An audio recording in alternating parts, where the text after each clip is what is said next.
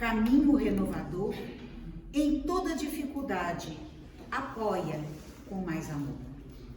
Se esperas pelo futuro, como ninho aberto em flor, arando a terra do sonho, trabalha com mais amor.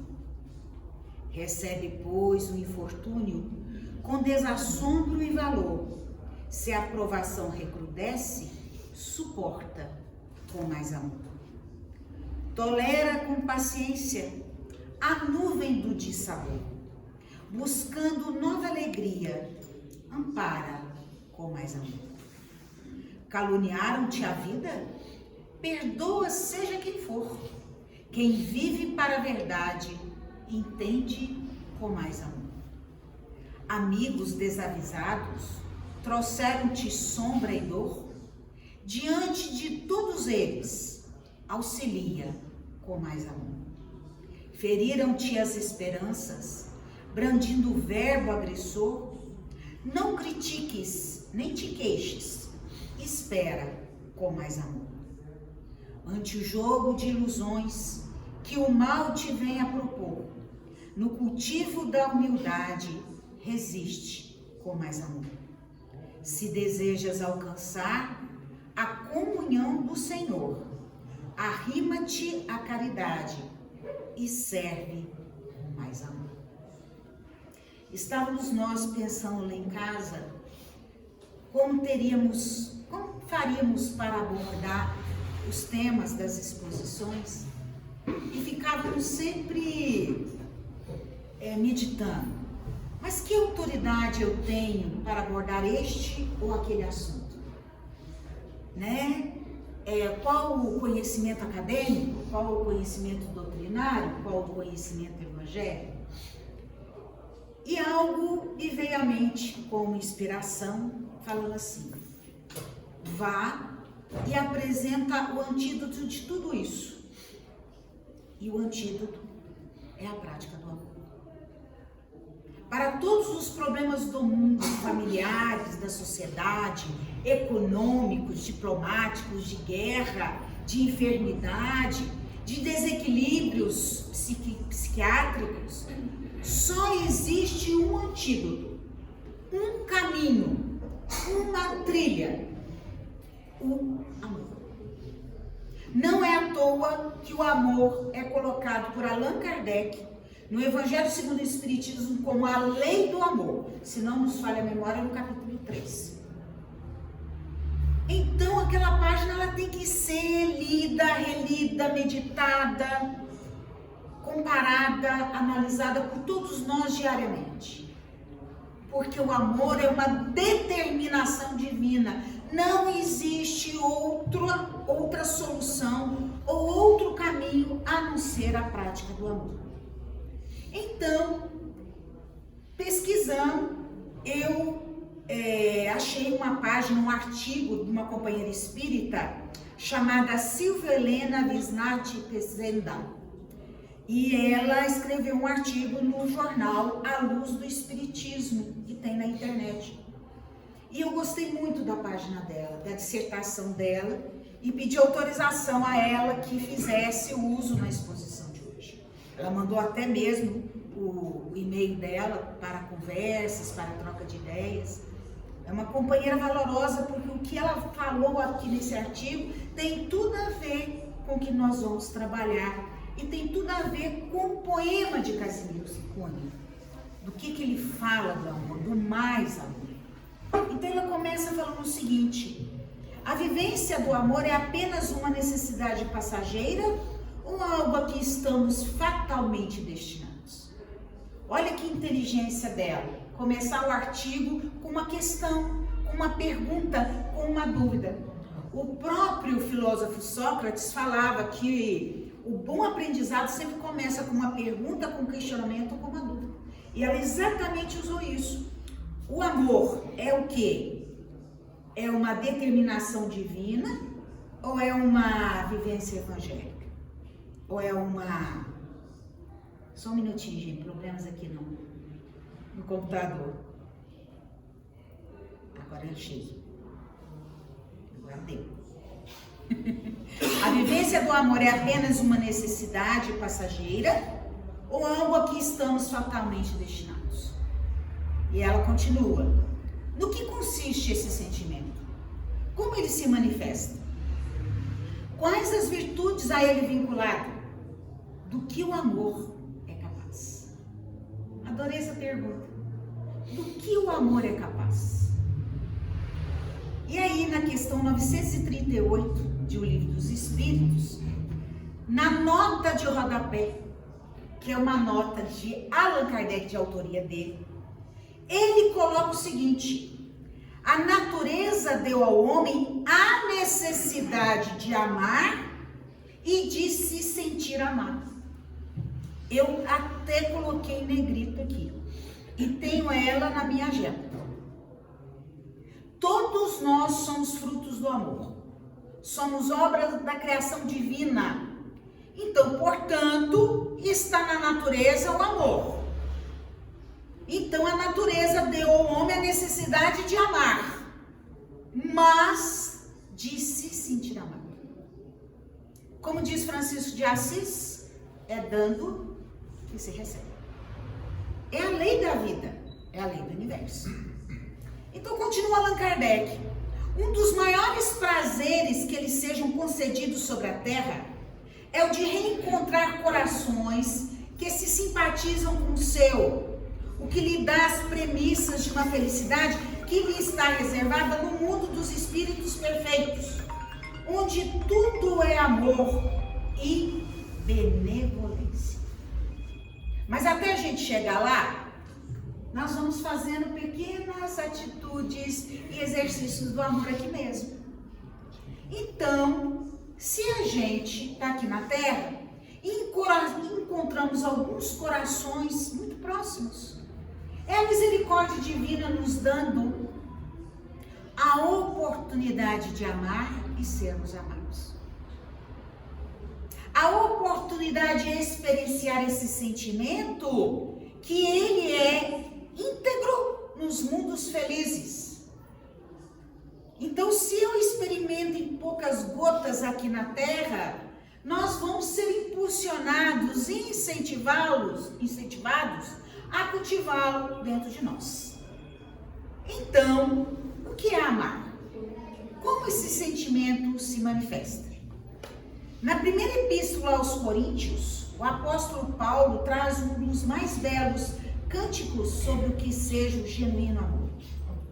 Ainda que eu fale a língua dos homens e dos anjos, se não tiver amor, serei como um bronze que soa, ou como um símbolo que retira.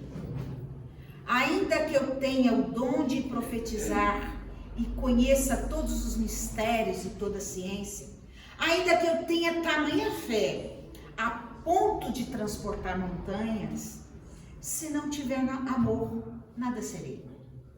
Ainda que eu distribua todos os meus bens entre os pobres, e ainda que entregue o meu próprio corpo para ser queimado, se não tiver amor, nada disso se aproveitará. O amor é paciente, é benigno. O amor não arde em ciúmes, não se ufana, não se ensoberbece, não se conduz inconvenientemente, não procura os seus interesses, não se exaspera, não se ressente do mal, não se alegra com a injustiça, mas regozija-se com a verdade. Tudo sofre, tudo crê, tudo espera, tudo suporta. Paulo de Tarso é apaixonante também, né? Não há como nós não ficarmos apaixonados por Paulo de Tarso. Imagina, eu fiquei imaginando lá em casa assim, imagina no plano espiritual, venha e participe de uma palestra com Paulo de Tarso, já pensou? Que coisa maravilhosa, né? Vamos lá fazer um curso com Joana de Ângeles, oh meu Deus, que bênção. Esperemos que temos créditos para poder adentrar o recinto dessas nobres almas, né? E assistir, e só essas palavras nos mostram tudo, porque até mesmo música pop foi feita com a letra de Paulo. com as suas palavras fortes, determinadas, ou espírito determinado. E uma característica desses espíritos é que eles não têm dúvida nenhuma, né? É uma entrega total ao Senhor. Eles não duvidam de nada que vem do alto. E é isso que eu acho que é o amor. Essa entrega incondicional. E aí a nossa companheira Silvia continua assim. Em suas palavras, o Apolo se refere a 9 virtudes do amor. Eu não sabia que o amor tinha 9 virtudes. E não é que tem, ela encontrou lá na carta de Paulo. E eu fiquei, incentivada. Eu vou conhecer essas 9 virtudes. Então ela coloca aqui, que a primeira a ser alavancada é a paciência. Quando diz que o amor é paciente. E a paciência é a virtude de quem suporta males e incômodos, sem queixumes nem revoltas. Nós estamos longe dessa paciência, hein? No entanto, tal virtude não representa omissão ou submissão diante das inconvenientes atitudes alheias, mas trata-se, na realidade, de um equilíbrio mental. Olha o que ela coloca. Equilíbrio mental e emocional que permite à pessoa sustentar a serenidade e firmeza na condução de qualquer relacionamento, até mesmo naqueles marcados por sérios conflitos. Então, a paciência é quando você vê o outro que está desequilibrado, aí o equilíbrio tem que ser Deus, né? Se o outro não está bem, você que tem que ficar. Se a gente não está bem, o outro que é um coração mais generoso já equilibra para nos equilibrar. Assim que a gente faz. Porque se eu equilibro, o outro desequilibra, o outro desequilibra, o outro desequilibra, pronto, acabou. Não tem amor mesmo, não. Não existe espaço para o amor. É o que o Cristo falou, que é um cego conduzindo outro cego. Certo? Então, a verdadeira paciência é sempre uma exteriorização da alma que realizou muito amor em si mesma para dá-lo a outrem na exemplificação. Então, a pessoa é o que ela é. Ela se mostra o que ela é. É muito natural. Por sua vez, a paciência relaciona-se à segunda virtude do amor, que é a tolerância. Por isso que o amor não se exaspera. A tolerância, segunda virtude do amor, é o direito que se reconhece aos outros de terem opiniões diferentes ou até diametralmente opostas às nossas. O tolerante é aquele que, por aceitar e compreender que cada indivíduo possui sua própria maneira de pensar, sentir e comportar-se, age com tato, cautela, benevolência, procurando extrair dos outros o que eles intimamente possuem de melhor. Então, a paciência de um lado, a tolerância acompanhando. Então, aceitar o outro do jeito que o outro é. Não impor condições, não impor normas, não impor pontos de vista. E a gente foi muito mal educado nessa parte. A nossa educação sempre foi muito impositiva. E automaticamente o padrão já está na gente, a gente passa a imposição para o próximo, principalmente para filho, para marido, para esposa. Porque a gente recebeu isso também. Então nós é que temos que ficar atentos ao nosso padrão. Eu estou repetindo esse mesmo padrão ou eu tenho que rever os meus padrões de comportamento? Então, para ver se a gente não está repetindo o mesmo padrão do passado, não só desse passado, mas do passado reencarnatório. Olha que a tarefa é difícil, hein? Porque aquele padrão de comportamento pode ser não só dessa vida, mas das outras vidas. Então eu tenho que ficar atenta a isso. Por isso que Allan Kardec bateu o martelo falando que o principal objetivo da doutrina espírita é a reforma íntima. Para a gente trabalhar os padrões dos nossos passados, das nossas outras vidas. A vida e as pessoas não são exatamente o que gostaríamos que fossem. Quanto mais aceitarmos este fato, menos estressados e infelizes seremos.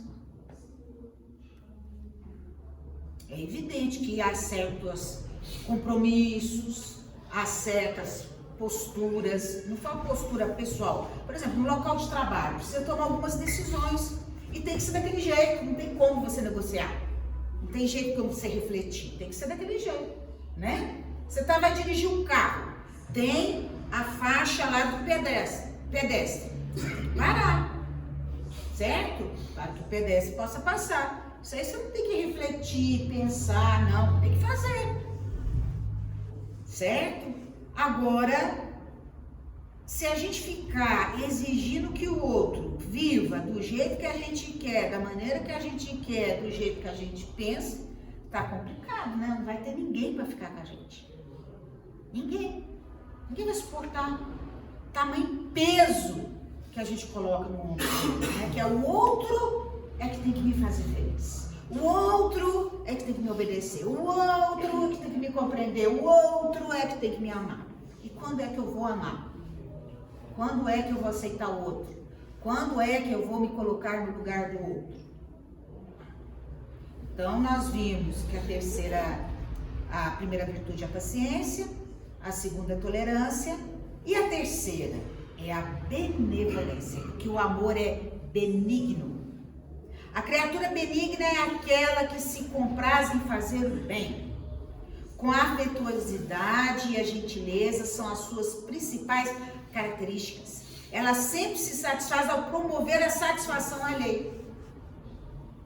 Então, para ela fica feliz quando ela vê o outro feliz. É a mãe quando faz o almoço para a família e todo mundo come a comida e fala que tá gostosa e vê que todo mundo tá repetindo, né? É o filho, é o aluno que fica feliz quando a gente corrige a prova dele e tira nota boa, porque a gente fez uma boa prova, né? Deus quiser. A gente procura ser justo, ponderados. Então, portanto, a gente procura promover a satisfação alheia.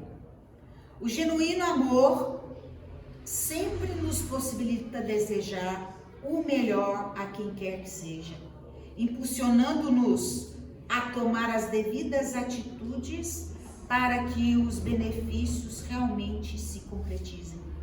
Dessa forma, ele não é somente sentimento, mas sobretudo ação.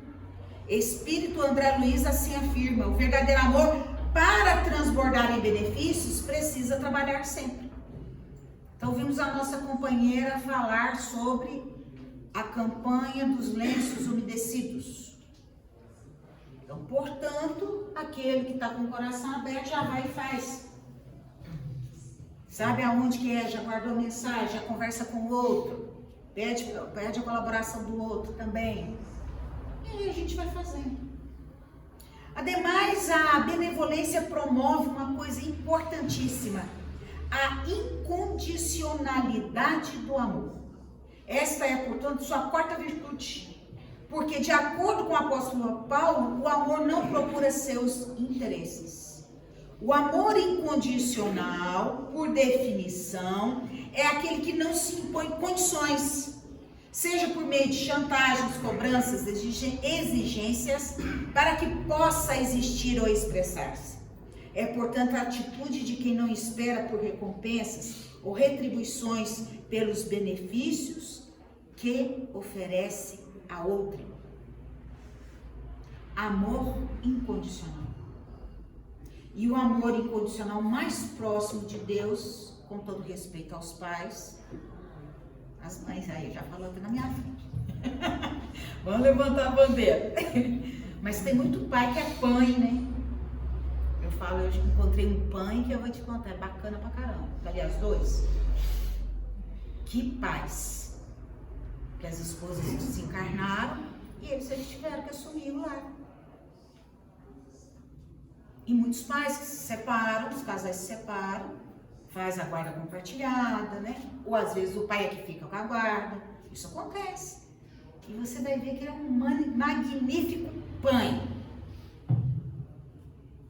O meu pai também foi um pai, já desencarnado, mas foi um pai, porque às vezes ele precisava ser mais afetivo, ser mais abraço, ser mais beijo, né? Ele gostava muito de cuidar da família. Então é isso. É esse amor que você doa e não espera o que vai acontecer, se amanhã alguém vai te olhar na velhice, se não vai, se alguém vai te falar muito obrigado, se vão lembrar do seu aniversário, que é difícil, né? A gente quer ser lembrado. Aí a necessidade de ser amado, né? De ser lembrado, de ser querido, né? A quinta virtude do amor é a maturidade, porque o amor não arde em ciúmes. O ciúme trata-se de uma inquietação mental. Adorei essa definição de ciúme. Foi a primeira vez que eu ouvi. O amor trata-se de uma inquietação mental e emocional que ocorre diante da possibilidade, ainda que irreal, de perder algo que julgamos ser nosso por direito. Mas é justamente no campo afetivo que ele mais se expressa e desenvolve.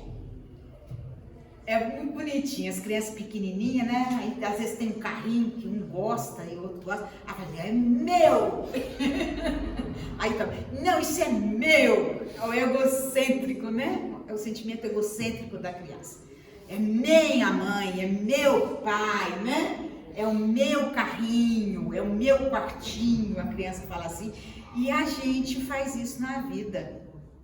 A gente fica tão inquieto, né? Que a gente se acha posse do outro.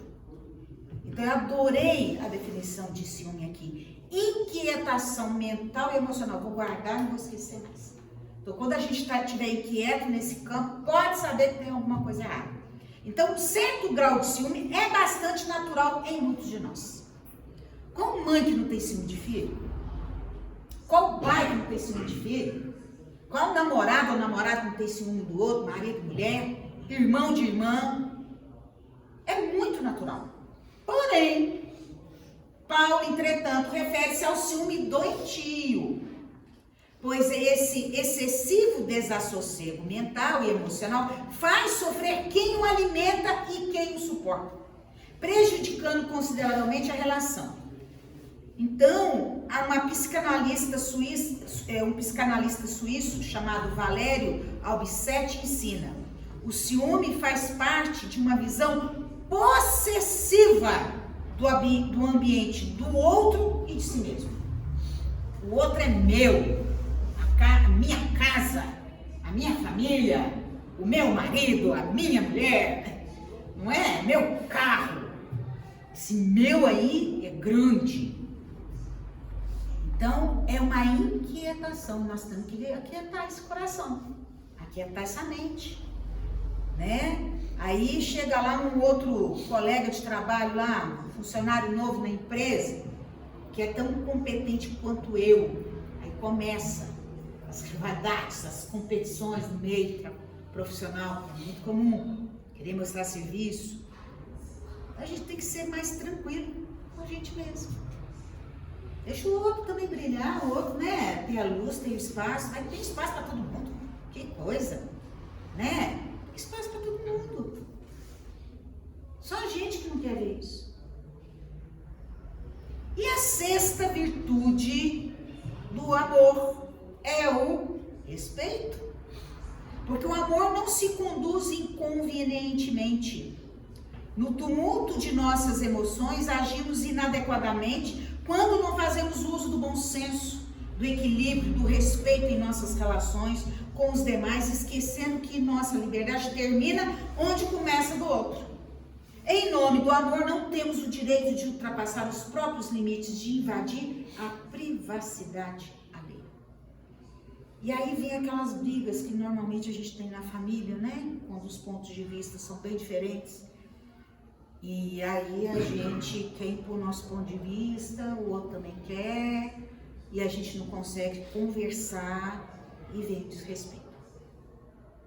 E aí é exaustivo, nossa, exaure, a gente fica extremamente cansado depois de uma discussão. A sétima virtude é a capacidade de perdoar. Porque o amor não se ressente do mal. Em diversas situações ficamos sozinhos, Ficamos cozinhando o nosso rancor, não deixando com que a raiva e o ressentimento simplesmente passem por nós. Não estamos errados em sentir tais emoções, mas uma vez que insistimos em alimentá-las, torna-se imprescindível descobrirmos os motivos dessa necessidade, visando ao entendimento e à mudança dos aspectos de nossa personalidade que estão favorecendo essa permanência. Por que às vezes aí resolve o problema, aí acaba a discussão, aí quando vem num outro momento da família, aí a família é reunida, aí começa, aí aquele que tá com aquilo rasgando na garganta fala assim, se lembra? Quando você fez aquilo? Se lembra? Quando você falou aquilo? Aí pronto, começou. Aí começa a onda do desrespeito de novo. É um ditado muito horrível. Mas quando eu ouvi uma pessoa falar isso, eu entendi a coisa.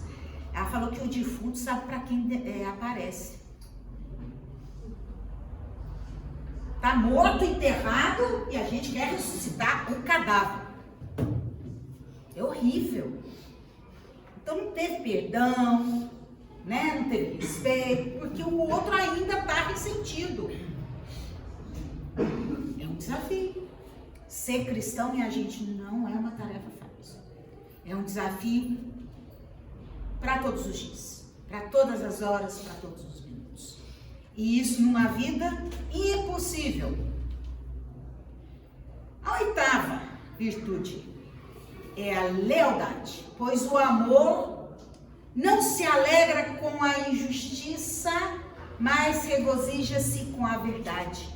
A pessoa leal e ética em tudo que sente, pensa e faz, suas atitudes, portanto, são sempre alicerçadas na honestidade, na sinceridade e, acima de tudo, na fidelidade. Tal é o sentido do seguinte ditado: viva de forma que, quando pensarem em justiça e integridade, pensem em você. Eu lembrei de uma frase de André Luiz, que o bem que fizerdes hoje será teu advogado em qualquer parte. Então, se eu for uma pessoa ética no meu local de trabalho, falo com a pessoa certa, no lugar certo, na hora certa, da maneira correta, eu estou sendo ético. Se eu for ético dentro de casa, se eu for ético na rua, ninguém vai ter dúvida quando alguém comentar algo diferente da gente. Falar, não, fulano não é assim não. Eu conheço ele, que isso, já trabalhou aqui, é filho de fulano de tal, é meu vizinho, mora na rua tal. É nosso advogado. E por fim, a nona virtude, a base, é a humildade. Porque o amor não se ufana, nem se ensoberbece. Ufanar-se e ensoberber-se significa tornar-se orgulhoso e envaidecido. Dessa forma, a humildade coloca um selo nos lábios para que não fiquemos nos vangloriando de nossos gestos de paciência, de tolerância, de benevolência, de incondicionalidade, de maturidade, respeito, perdão, lealdade. Se o inverso, porém, ocorrer, eles poderão sentir-se coagidos a nos retribuir de maneira idêntica. A pessoa parece que se sente em obrigação com a gente. Então, quando a gente faz o bem, a pessoa tem que estar tranquila. Nós temos que liberar aquela pessoa de qualquer compromisso de retribuição. Então, segundo Chico Xavier, Jesus deixou o sentimento de humildade, de perdão por último, né? Ele falou que foi quando ele falou no madeiro, na cruz: Pai, perdoai-os porque não sabem o que fazem. E Jesus foi intrinsecamente humilde em todos os momentos. Porque ele era um espírito perfeito. Ele podia fazer isso, né? E o que ele fez? Restringiu seu campo magnético, encarnou através de Maria, cresceu como uma criança comum, com pais normais, numa casa comum, trabalhou com José na marcenaria. Eu fico imaginando a cena. de Jesus mexendo com a madeira, sabe? Caixó, com serrote, com martelo. Dizem alguns pesquisadores que ele fazia verdadeiras obras de arte. Imagina a perfeição, né, das peças que ele fazia. E ele, aos 12 anos, pediu a José, humildemente, ao pai, a oportunidade de aprender marcenaria com ele. Ele já sabia marcenaria, mas ele pediu a José: o senhor pode me ensinar? Aí eu fico imaginando a Maria, maravilhosa, o Espírito grandioso, meu Deus do céu, cozinhando, lavando, varrendo a casa, cuidando da família. E a gente reclamando, né? Ai, hoje eu tenho que arrumar a casa, tem que lavar roupa, tem que fazer compra, tem que passar roupa, eu odeio passar roupa. E ela passava. A gente reclamando. Nós com energia elétrica, tá? Porque naquela época era no fogão mesmo. E o ferro era ferro, pesadão. Então a mulher era forte, gente. Ela era forte. E são espíritos tão fortes que eles viveram na terra como um homem e uma mulher comum, para não nos humilhar. Segundo Divaldo, os espíritos de luz têm verdadeiro pudor de si mesmos. Eles não gostam de se mostrar ao outro. André, tô lembrando aqui do livro Nosso Lar, né? Aliás, eu quero ver o filme de novo, que agora tá liberado, né? Na Netflix, eu acho, né? Aí, o André, o espírito lá, o instrutor, falando para ele da volitação, os espíritos que volitam. Aí ele reparou que os espíritos volitavam num espaço assim muito pequeno, baixo. Ah, por que ele não volita mais alto, né? O Superman. É porque eles não querem humilhar os outros, que não podem. Então, até para volitar no plano espiritual, o pessoal toma cuidado para não constranger o outro. E é isso que a gente tem que aprender.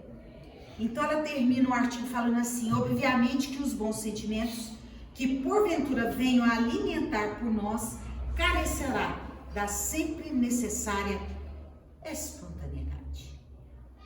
Resumindo, sejamos naturais, sejamos nós mesmos, sem medo de ser felizes, com todos os defeitos e qualidades que temos, sejamos nós.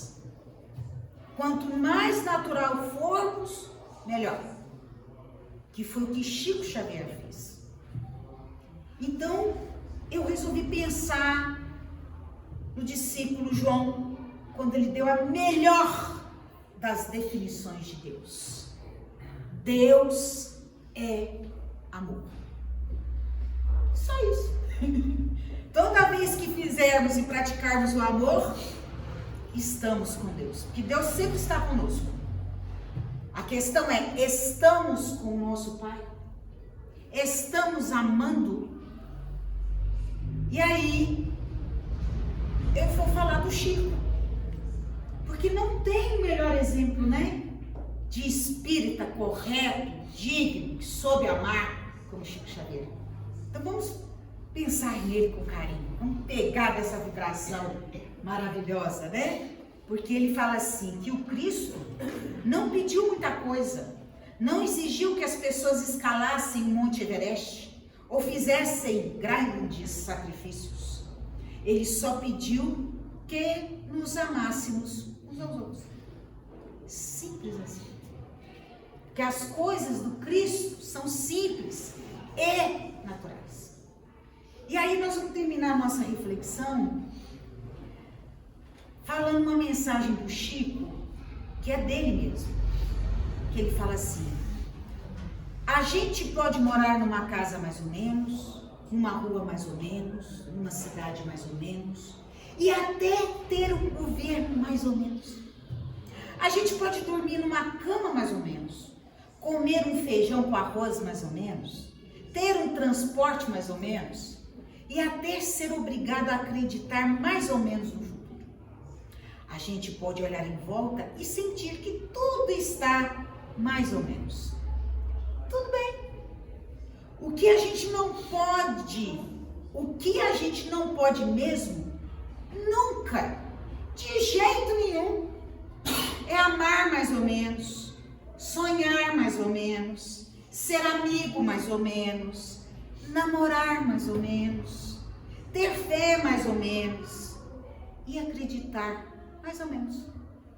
Senão, a gente corre o risco de se tornar uma pessoa mais ou menos.